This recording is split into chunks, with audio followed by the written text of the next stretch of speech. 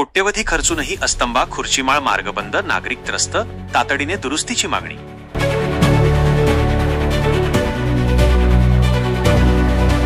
रवींद्र वळवी, मोलगी प्रतिनिधी।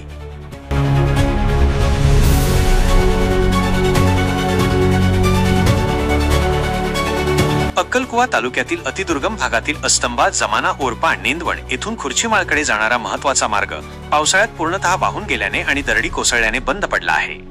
यामुळे परिसरातील नागरिकांचे प्रचंड हाल होत असून जमाना ते नंदुरबारला जाण्यासाठी जवळचा पर्यायही उपलब्ध नाही। विशेष म्हणजे कोट्यवधी रुपये खर्च करूनही या मार्गावरून आजपर्यंत एकही वाहन उतरले नसल्याने नागरिकांनी तीव्र संताप व्यक्त केला आहे। हा मार्ग 2008 मध्ये पंतप्रधान ग्राम सडक योजनेअंतर्गत मंजूर करण्यात आला होता। त्यानंतर 2023 मध्ये तो जिल्हा परिषदेकडे वर्ग करून पुन्हा 80 लाखांचा निधी मंजूर करण्यात आला।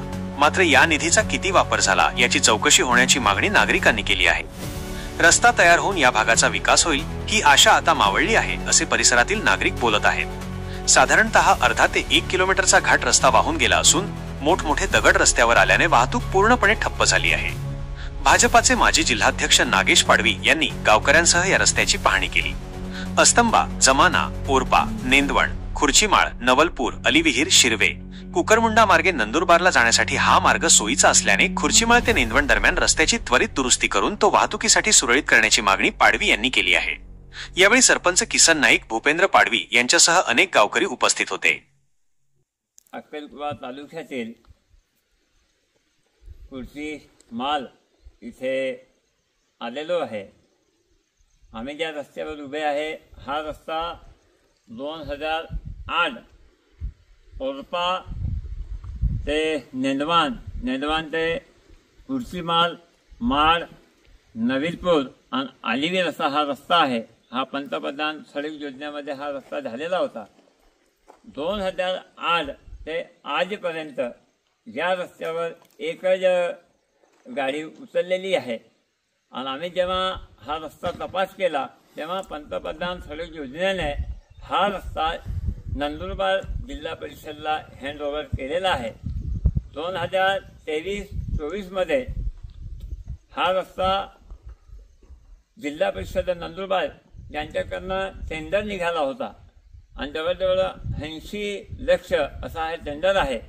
तरी हा रस्ता माणसांच्या चालण्यासारख्या रस्त्याने आहे। म्हणून आम्हाला शासनाला विनंती आहे का हा रस्ता लवकरात लवकर सुरळीत करून लोकांचे जे येण्या जाण्याचे दळणवळणाचं साधन आहे ते व्यवस्थित करावं। या रस्त्याला लागून खुर्चीमाळ ही ग्रामपंचायतीचे 2 गावं या रस्त्याच्या पलीकडे म्हणजे ते नरबला खोऱ्यामध्ये आहे आणि माळ आणि खुर्चीमाळ हे तापी खोऱ्यामध्ये आहे।